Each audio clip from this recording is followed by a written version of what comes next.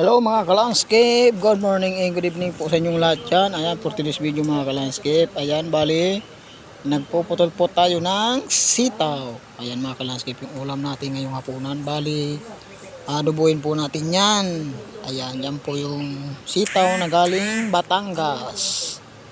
Ayan, sige po mga ka-landscape, kasi magpuputol muna tayo nyan para super yummy yung ulam natin ngayong hapunan.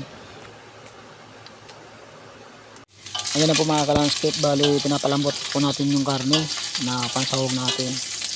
Bali pinapalambot-lambot muna natin kasi ilalagay po natin uli yan sa ating ginisa na bawang sibuyas. Ayan, sige po mga ka-landscape, kasi haluin muna natin to.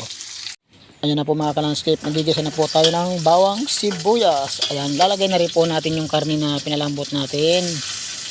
Sa malambot na malambot po talaga yung karne natin na pansahog natin sa sitaw. Yan, bali adobohin po natin yung mga ka-landscape, ulam natin ngayong hapunan. Ayan, super yummy mga ka-landscape. Pag ako nagluluto ng ulam, kahit anong luto, ang sarap natin magluto mga ka-landscape. Wow. Sana all.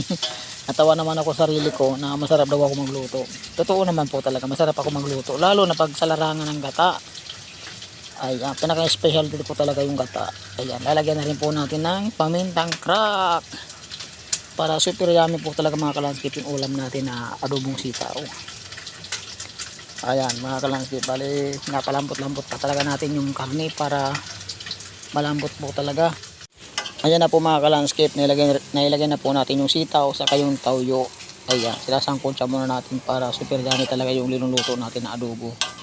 Ayan, after po nyan mga ka-landscape, pag medyo malambot na yung sitaw, lalagyan na po natin ng suka para lalong masarap yung ulam natin na adobong sitaw.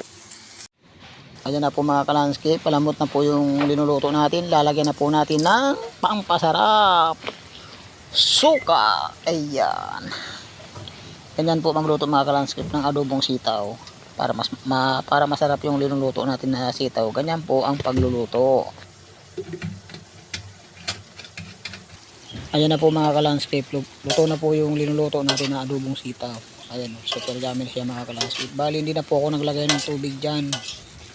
Ayan, bali ang pinakasabaw po natin dyan yung toyo saka suka. Ayan, ganyan lang po magluto mga ka-landscape ng adobong sitaw, walang tubig na halo.